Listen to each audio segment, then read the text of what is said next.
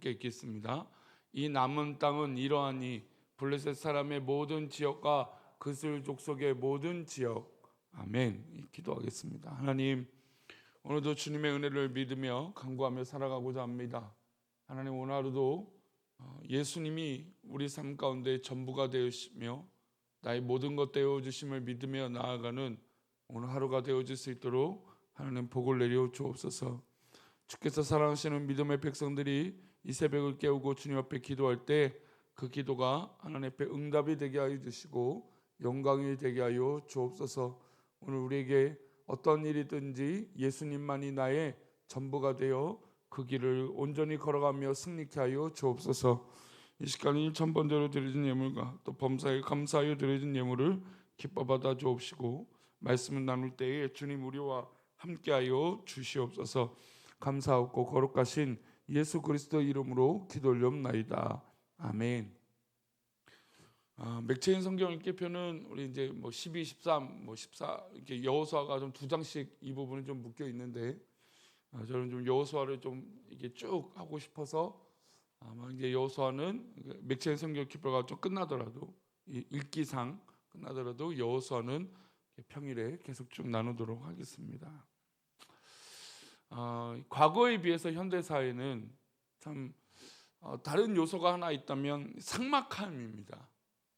그러니까 예전에는 이웃집이 누구 있는지 또 어떻게 사는지 또 무엇을 하는지 이게 좀 알았던 것 같아요.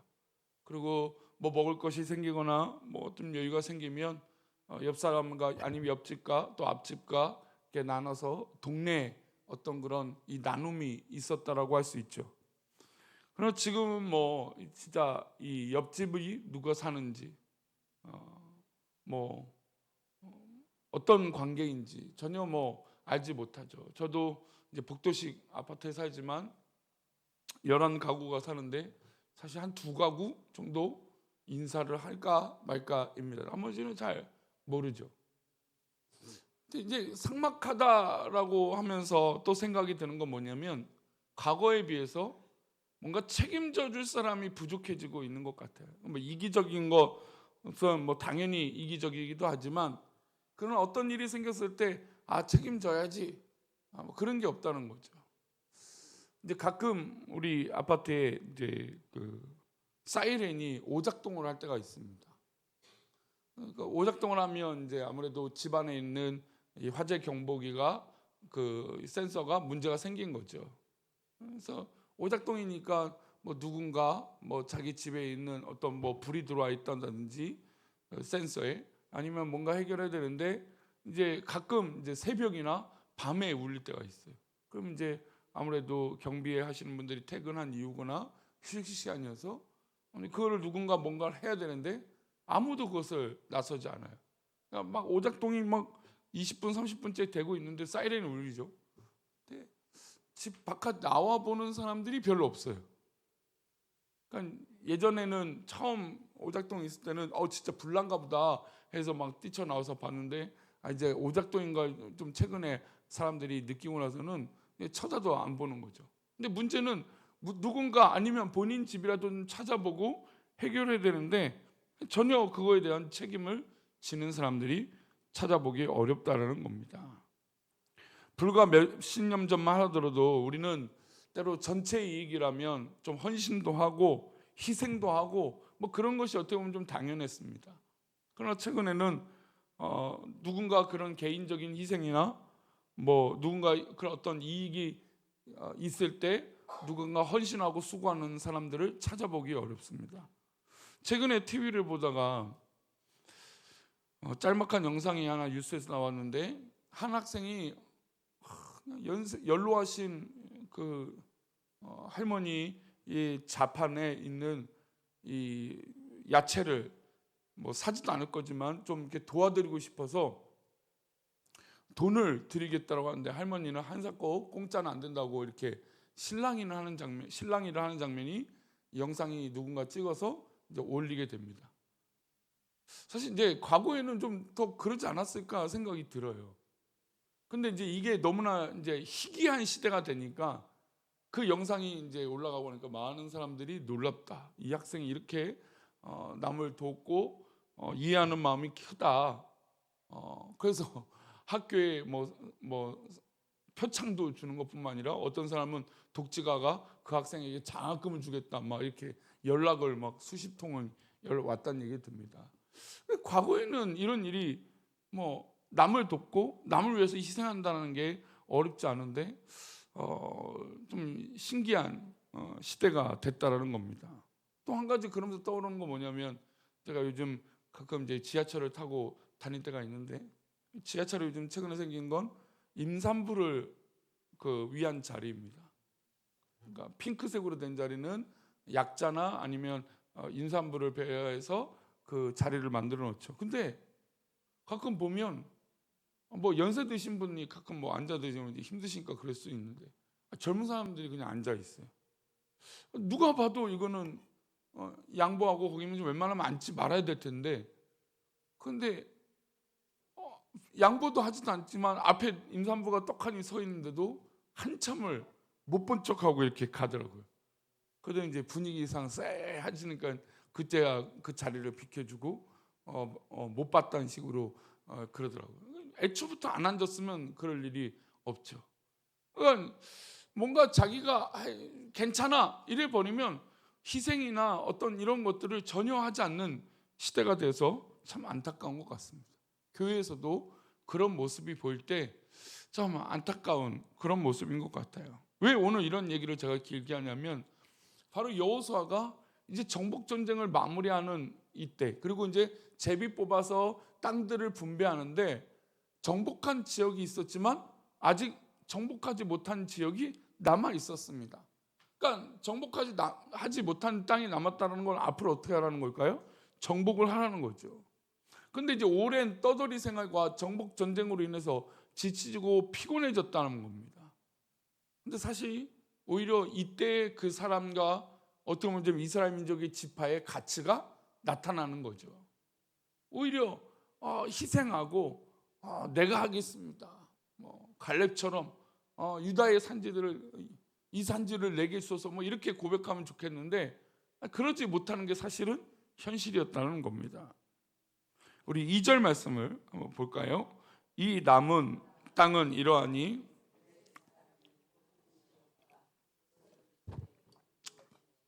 지금 남은 땅이 있습니다. 근데 어느 지역입니까? 지금도 시끄러운 민족이 있죠? 블레셋 사람들. 이 블레셋 사람, 팔레스타인 이 사람들이 이 해안 지경을 거점으로 아직도 남아 있는 겁니다. 블레셋 사람들이 얼마나 그러니까 이 성경적인 이야기로 지독하지 않습니까? 그러니까 계속 이스라엘 민족과 그냥 지금도 그렇지만 과거에도 계속해서 이 관계가 좋지 못한 그런 족속입니다. 이 족속이 떡하니 남아 있는 거예요. 또 4절도 볼까요? 여기뿐만 아닙니다. 또 가나안 족속의 모든 땅과 시돈 사람에게 속한 무아라와 아모리 족속의 경계 아벡까지와 블레셋 사람들, 또 바다를 인접한 이들, 5방백들이 다스리는 오부족 연합 국가고 가장 호전적인 집단이 블레셋 집단입니다. 그런데 2절을 이렇게 보면 블레셋에게는 아직까지 5방백들이 지역이 그대로 남아있고 하나도 정복하지 못한 것입니다. 그리고 또 가나안 족속의 땅들은 아직 그대로 남아있는 겁니다. 그런데 하나님께서 여호수아에게 이해하지 못할 명령을 내리세요. 우리 6절과 7절인데요.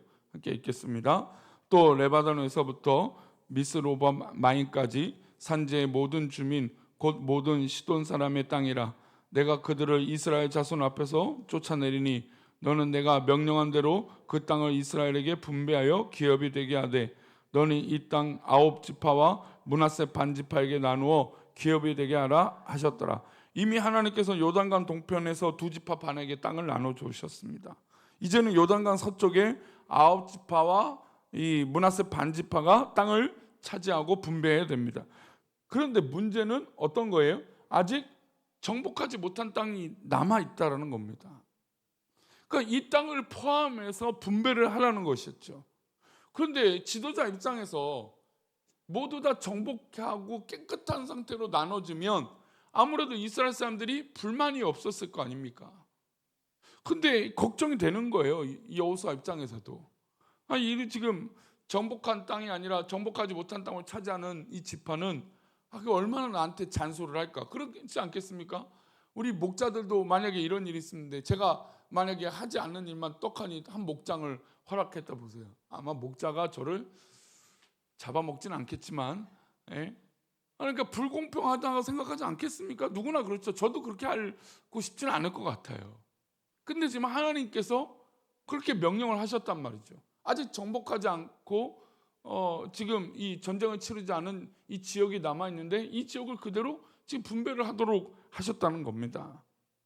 여호수아가 얼마나 고민이 되겠습니까? 싸울 때는 한 마음으로 싸웠는데 이제 막상 분배하려니 이 땅이 조금 더 좋아 보이고 저 땅이 좀 더 좋아 보이고 아니면 이 땅이 좀 더 편리해 보이고 또 이 땅이 뭔가 특색이 있어 보이고 뭔가 지금 전쟁을 하면서 지역들을 대충 다 훑어보지 않았겠습니까? 근데 이 지파의 제비를 뽑아야 되는데 물론 이제 제비를 뽑으니까 공평하죠. 누군가 임의대로 한 것은 아니니까. 근데 제비를 뽑으면 누구의 뜻인 걸 알고 있습니까? 하나님의 뜻이잖아요. 제비를 뽑는 건 하나님의 뜻인데 그러면 우리 지파는 지금 하나님 뜻으로 안 좋은 쪽을 차지하게 하라고 하시는 건가? 그런 또 다른 이 불평과 생각을 하지 않겠습니까? 가나안 정복 전쟁을 성공리에 수행한 이스라엘 백성이 하더라도 순종하기가 쉽지 않았을 겁니다. 우리 14장 2절인데요. 한번 볼까요? 여호와께서 모세에게 명령하신 대로 그들의 기업을 제비 뽑아 9지파와 반 지파에게 주었으니 결국 제비뽑아 나눠주었습니다. 여호수아가 직권으로 하나님의 뜻을 의거하여 정복되지 않은 땅을 포함해서 제비뽑아 나눠주었습니다. 그런데 제비를 뽑아서 그 지역에 받은 지파들이 과연 이 블레셋 지역을 정복했을까요? 결론적으로는 정복하지 못했습니다. 정복한 땅과 분배받은 땅의 최종 지도자를 보면 블레셋 땅은 정복되지 않았습니다. 가나안 족속의 남은 땅들도 그들은 정복하지 않았습니다. 그냥 그대로 물론 어느 정도 정복 전쟁을 계속해왔긴 했지만 그럼 완벽하게 그 일들을 수행하지 않았습니다. 제가 종종 말씀드리는 이 가나안 땅의 중요한 키워드, 하나님께서 그 땅의 모든 것들을 어떻게 하라고요? 진멸하라. 이 진멸을 수행하지 않은 것이죠. 아마 이렇게 했던 이유 중 그들이 정복하지 않은 이유가 여러 가지 있겠지만 생각해 볼 수 있는 게 두 가지 마음입니다. 하나는 다른 지파들과의 형평성에 대한 문제입니다. 이것이 불평과 불만의 원인이었을 것입니다. 왜 우리 지파만 이런가? 두 번째, 우리가 이때까지 싸웠는데 또 싸워야 되는가? 이런 이제 마음으로 전쟁에 대한 동력을 잃었다는 겁니다. 그러니까 사람들은 자꾸 평안하고 그냥 안주하고 싶은 거죠. 그러니까 계속해서 정복 전쟁을 하고 하나님의 뜻을 이루어야 되는데 그냥 이쯤 되면 괜찮겠지 하고 포기해 버렸다는 겁니다. 오늘날 우리가 이렇게 혹시나 좀 살고 있지 않습니까? 신앙생활 할 때 어떤 사람은 신앙의 꽃길만 가는데 나는 왜 이렇게 살고 있는가? 교회는 왜 나에게 어렵고 힘든 일만 맡기고 있는가? 신앙생활뿐 아니라 사회생활이나 가정생활에도 내가 가는 이 길은 왜 가시밭길이고 왜 흙길인가? 그런 불평들이 우리 가운데 있을 수 있다는 겁니다. 하지만 각도를 달리해서 생각해 보면 우리 앞에 있는 문제들은 하나님께서 주신 것이죠. 그러면 하나님은 그때마다 우리에게 뭐라고 말씀하실까요? 우리는 성경을 통해서 분명히 알 수 있습니다. 걱정하지 말아라. 너희들이 깃발만 꽂으면 되고 싸우기만 하면 된다. 그러면 승리는 누구의 것입니까? 우리의 것이죠. 하나님께서 준비해 주신 이 전쟁의 싸움의 승리 아닙니까? 그런데 인간적인 판단과 어떤 그런 안일함에 포기해 버린다는 거예요. 그러니까 이 허들, 즉 이 문제만 넘어가면 큰 축복이 기다리고 있는데 요거까지 하기 전에 다 됐다라고 멈추면 이 장벽 넘어, 허들 넘어 있는 하나님의 은혜와 역사들을 못 보게 된다라는 것이죠. 우리가 한국 교회가 어떻게 보면 더 큰 하나님의 은혜를 누릴 수 있었는데 여기서 안주하고 불평하고 불만만 쌓다가 그것을 뛰어넘지 못하고 있는 것은 아닌가? 그런 생각을 해봅니다. 그리고 수많은 이 물질주의와 이 정말 이기적인 마음과 또 교만한 마음과 또 이단과 사이비와 얼마나 뒤섞여서 심지어 교회 안에서도 잘못된 신앙관들이 있지 않습니까? 그러니 우리가 지금 이것을 왜 뛰어넘지 못하는가? 왜 발을 내딛지 못하는가? 왜 정복 전쟁을 마무리하지 못하는가? 이것을 우리 오늘 하루를 어떻게 살아야 되는지 돌아봐야 될 것입니다. 말씀 마치겠습니다. 오늘도 우리는 어떻게 보면 보이지 않는 곳에 발을 내딛어야 됩니다. 근데 그때 걱정이 되겠죠. 근심도 될 것입니다. 아니 왜 하나님은 나에게 이런 일을 허락하셨는가? 근데 하나님은 그 허락하신 이유가 분명히 있겠죠. 우리가 그것을 놓쳐버리거나 잊어버렸거나 아니면 하나님 말씀을 까먹었다면 우린 빨리 되새겨야 됩니다. 내가 지금 무엇을 해야 되는가? 나는 지금 어디에 발을 내딛어야 되는가? 그것을 찾아보고 발을 내딛으면서 하나님께서 예비해 주신 그 축복과 승리를 경험하시는 저와 여러분 되시기를 축원합니다. 기도합니다. 하나님 아버지, 때로는 우리가 우리 앞에 있는 일이 험하고 어려울지라도 이 길이 분명히 하나님께서 함께하여 주시는 길이고 분명히 하나님께서 예배해 주신 길인 줄 믿사오니 우리가 포기하거나 미리 짐작하여 넘어지지 않도록 하나님 붙들어 주시옵소서. 오늘 우리에게 주어진 이 삶의 모든 지경에 하나님의 영광을 그리며 나아가는 우리 모두가 되어줄 수 있도록 복을 내려 주옵소서. 그렇게 우리를 이끄시고 인도하실 것을 믿사오며 거룩하신 예수 그리스도 이름으로 기도 올리옵나이다. 아멘.